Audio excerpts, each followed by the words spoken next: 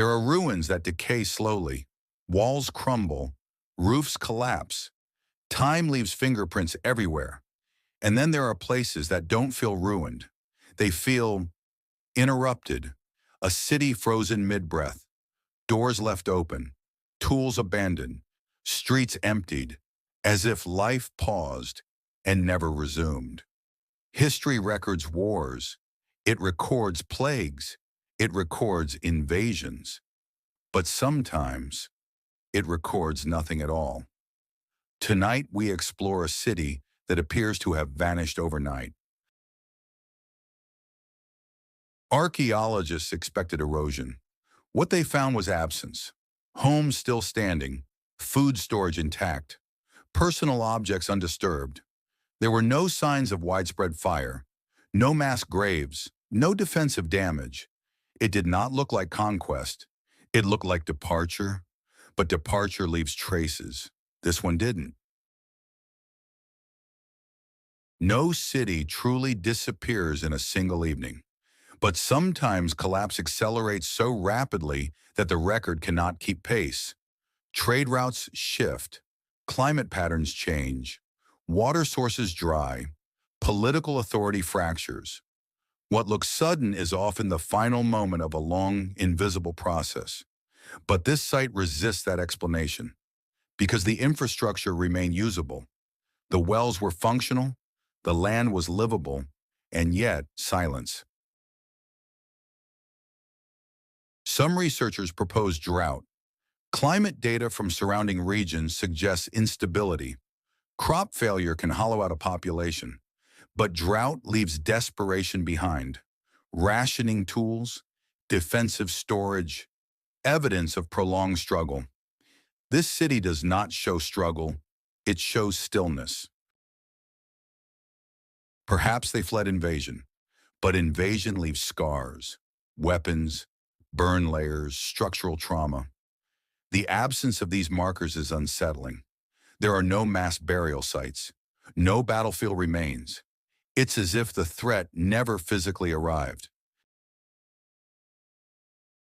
Disease can empty a city, but disease leaves biological signatures. Burial concentration increases. Disposal methods change. Graves multiply quickly. Here, burial patterns remain stable.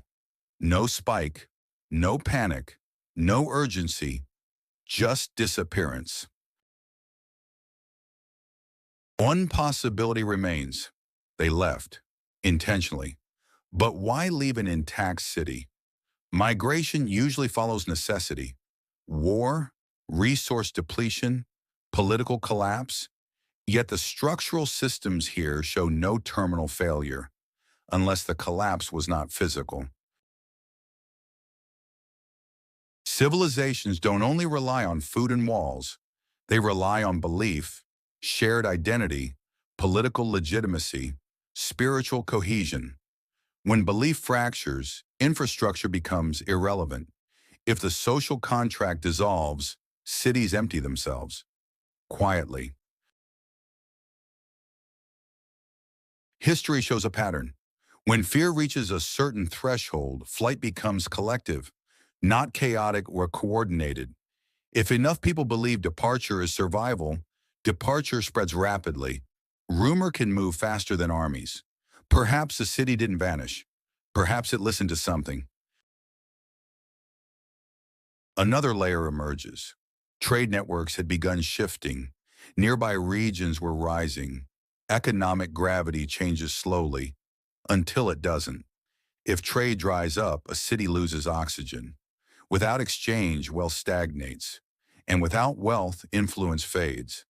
A city can appear structurally intact while already dying economically. Records from neighboring territories suggest political instability in the region. If leadership weakens, security weakens. Not necessarily through violence, but through uncertainty.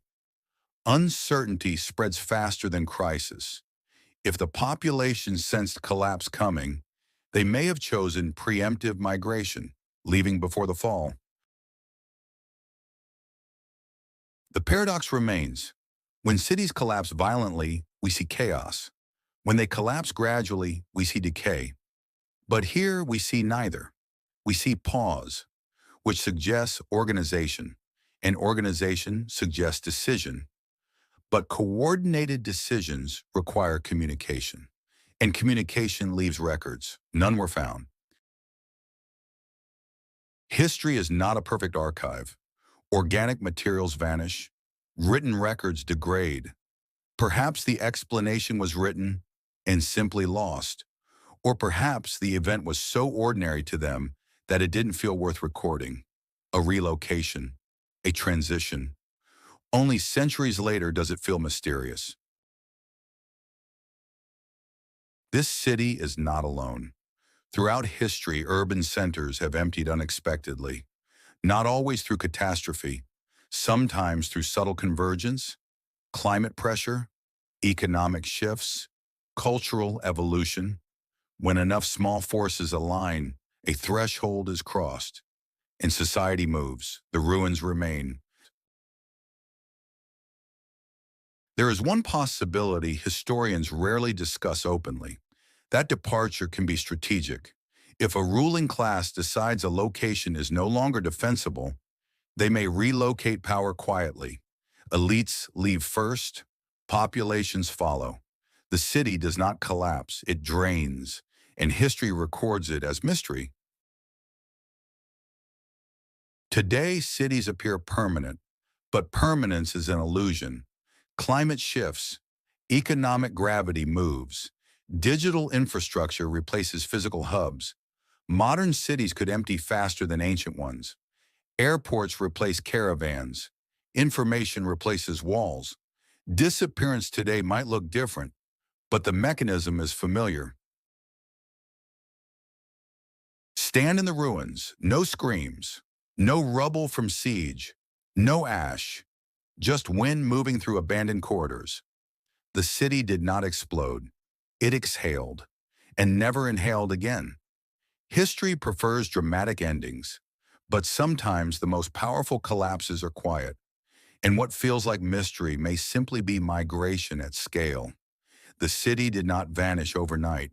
It crossed a threshold, and thresholds leave no footprints, only echoes.